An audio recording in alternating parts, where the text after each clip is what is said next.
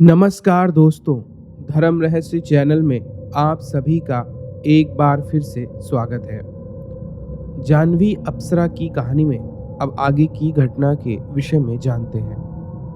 वह व्यक्ति उस दिव्य जानवी अप्सरा से बात करने लगा। तब जानवी ने कहा, इससे पहले कि तुम कुछ और सोचो, तुमसे पहले प्रयास करने वाले अग्निदेव नाम के एक तांत्रिक के विषय में मैं तुम्हें बताना चाहती हूँ। उसकी कहानी को जाने बिना तुम इस कार्य को करने के बारे में सोचना भी मत। तुम्हारे पास मुझे भगवान शिव का वरदान दिखाई पड़ता है, इसीलिए मैंने अभी तक तुम्हारे साथ कुछ भी गलत नहीं किया है। अन्यथा मेरा क्रोध कोई साधारण नहीं है और अपने से उच्च स्तर की चीजों को प्राप्त करने से पहले उनके बराबर बनना भी पड़ता है।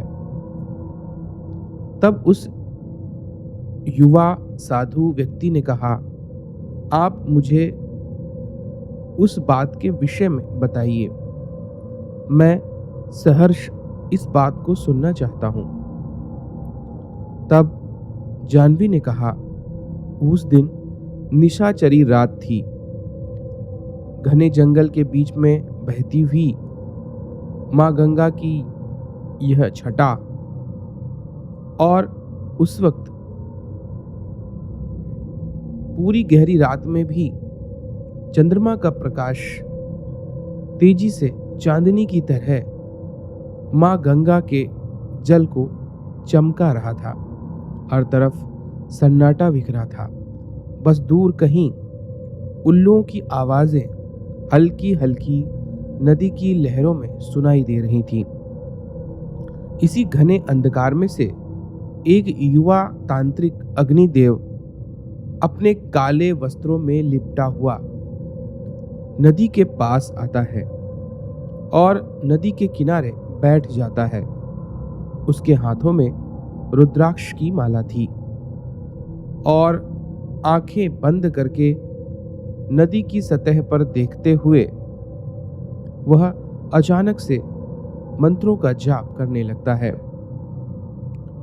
यह देखकर और उसके दिव्य मंत्रों की ध्वनि सुनकर मेरे मन में भी कौतूहल हुआ और मैं जल से बाहर निकलकर आ गई।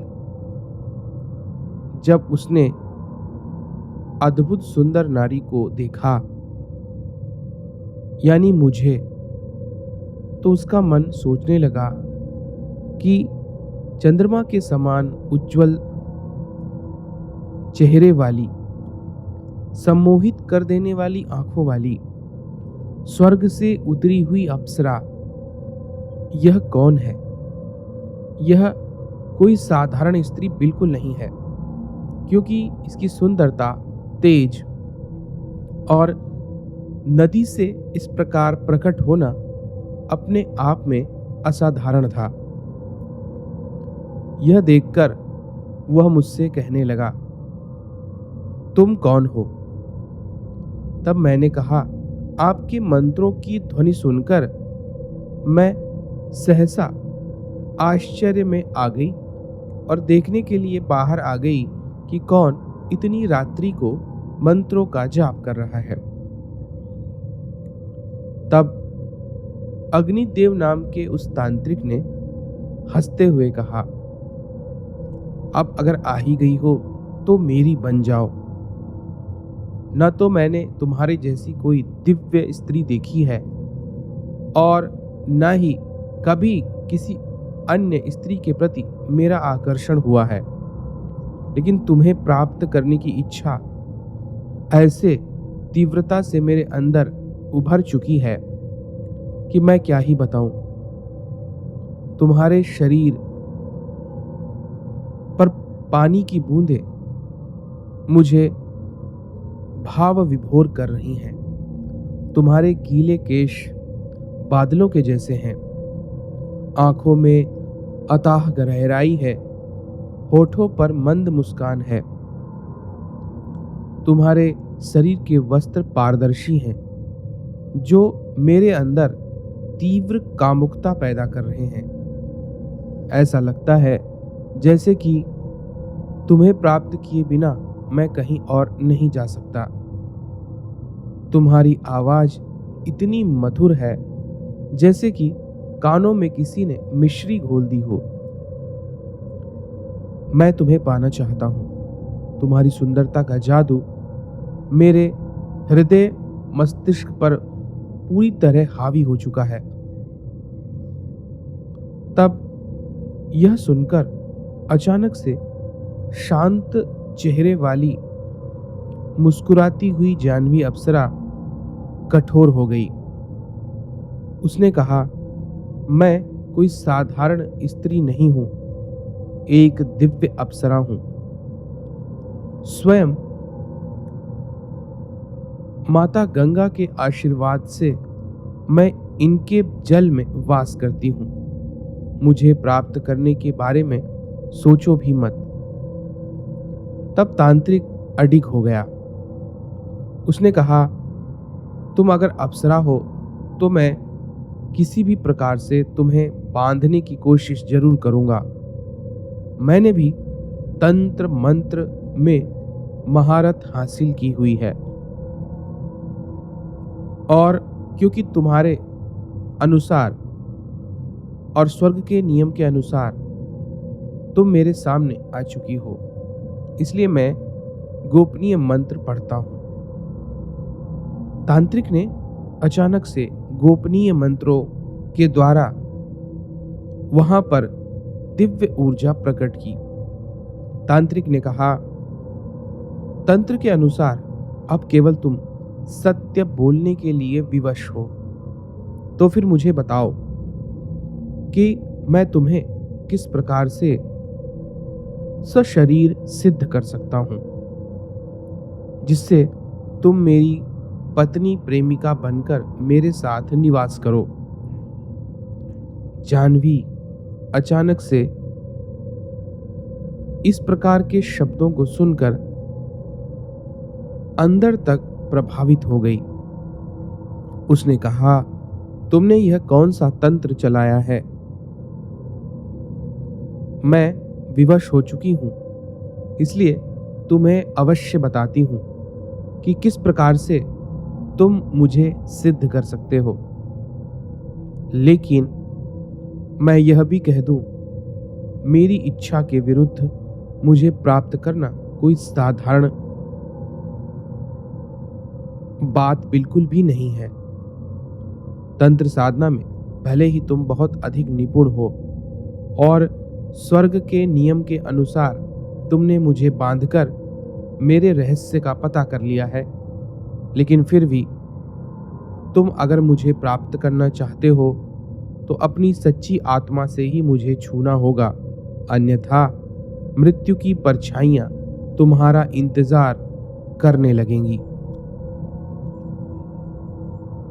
तब तंत्र की विशेष प्रकार की शक्तियों का प्रयोग करके उन विद्या को प्राप्त कर वह वहीं बैठकर साधना करने लगा। मात्र 3 दिन की साधना के उपरांत साक्षात वहां पर अप्सरा जानवी आ चुकी थी। अप्सरा ने कहा, तुमने अपनी साधना पूर्ण कर ली है, इसलिए मेरा दर्शन देना अनिवार्य था, लेकिन इसे सिद्धि मत समझना। मात्र 3 दिन की साधना में मेरी सिद्धि हो जाती है, लेकिन अभी तुमने मुझे प्राप्त नहीं किया है, क्योंकि नियम के अनुसार जब तक मेरी परीक्षा में तुम सफल नहीं होगे तब तक मेरी पूर्ण सिद्धि तुम्हें नहीं मिल सकती। इसलिए मैं तुम्हारे हृदय अंतर आत्मा को टटोलूंगी, आखिर उसमें कितनी शुद्धता है। तब अप्सरा ने कहा, ठीक है, आओ नदी के अंदर छलांग लगाओ, देखते हैं कि तुम अपनी परीक्षा में सफल होते हो अथवा नहीं। अग्निदेव, जो कि उस जाह्नवी नाम की सुंदर अप्सरा के शरीर से बहुत तीव्रता से आकर्षण के द्वारा जुड़ गया था, अपने शरीर के अंदर भरी उत्तेजना को नहीं संभाल पाया और बिना सोचे समझे ही नदी के ठंडे और रहस्यमयी जल में उसने छलांग लगा दी। जैसे ही वह गहरे जल में पहुंचा, उसे चारों ओर अंधेरा घेरने लगा। अजीब अजीब तरह की आकृतियां, भयानक चेहरे और छाया आसपास नृत्य कर रही थी। वह गहराई में जा रहा था कि तभी उसे पानी के बीच में एक चमकीला प्रकाश दिखाई दिया। ठीक वहां जाह्नवी खड़ी थी। तब अप्सरा ने कहा, मैं इस वक्त एक अप्सरा नहीं हूं, एक सर्पिणी का रूप धारण कर चुकी हूं।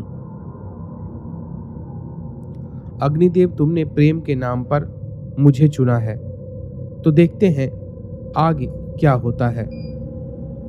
यह सोचकर अचानक से उसके अंदर वह प्रवेश कर जाती है और शरीर के अंदर पहुंचकर शरीर के सभी अंगों को काटने लगती है। तांत्रिक डर जाता है और तंत्र विद्या का प्रयोग कर उसे बाहर निकाल देता है।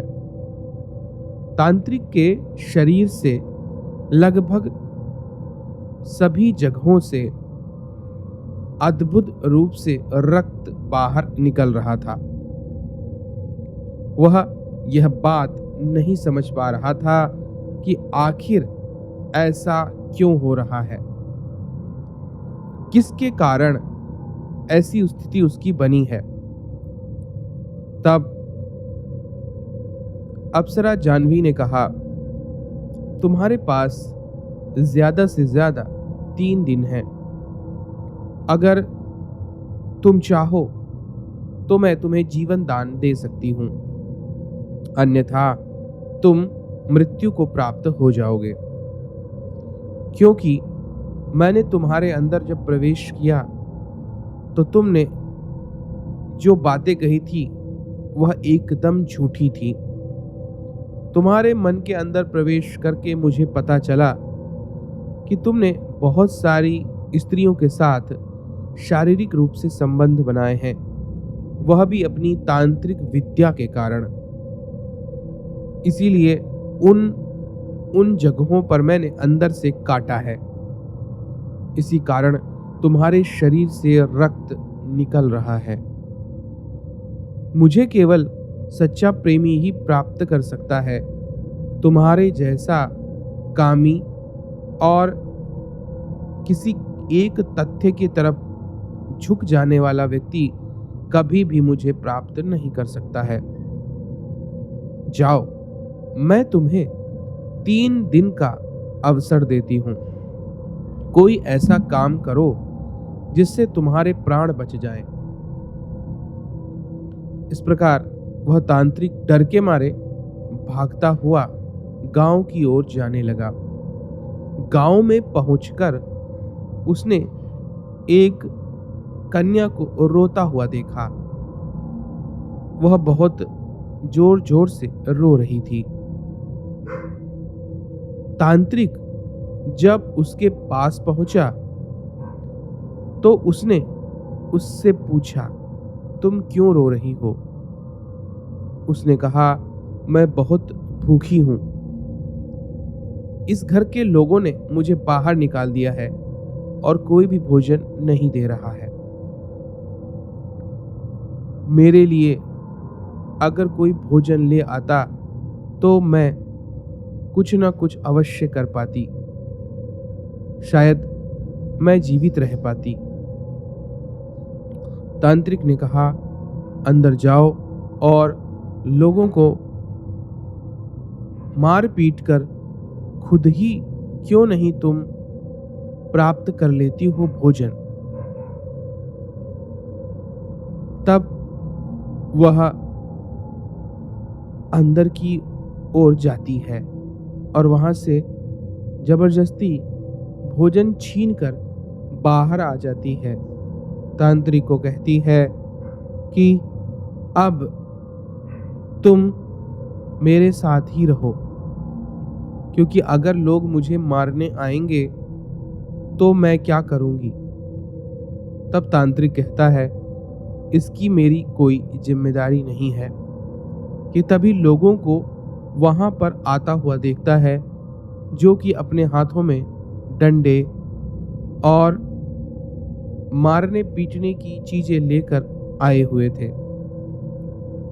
वह लड़की एक कोने में जाकर छिप जाती है। तब वहां पर कई सारे लोग आकर इस तांत्रिक से पूछते हैं। तो अग्निदेव कहता है कि यहां कोई भी नहीं है। लेकिन उनमें से एक व्यक्ति कहता है कि मैं वैद्य हूं, तुम्हारे शरीर से रक्त निकल रहा है, मैं तुम्हें ठीक कर सकता हूं। लेकिन यहां एक लड़की थी जो कि खाना चुराकर शायद भागी है, उसका पता बता दो ताकि मैं तुम्हारी मदद कर सकूं। तांत्रिक अग्निदेव तुरंत ही परिस्थिति को समझते हुए उंगली से इशारा करता है कि वह वहां पर छिपी हुई है। और इस प्रकार से उस लड़की को ढूंढ लिया जाता है। तांत्रिक उस वैद्य के साथ उसके घर पर जाता है। वैद्य उसके सामने खड़ा हो जाता है और जोर जोर से हंसने लगता है और कहता है, आखिरकार तुमने वही चुना जो तुम्हें नहीं चुनना था।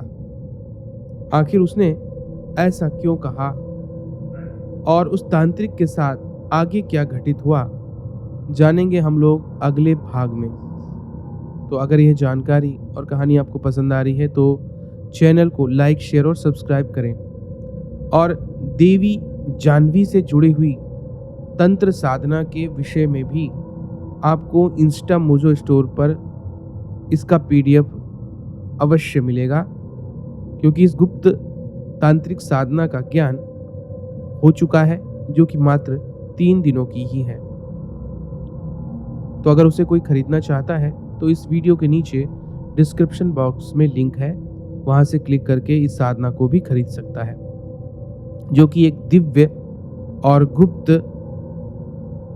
तांत्रिक साधना है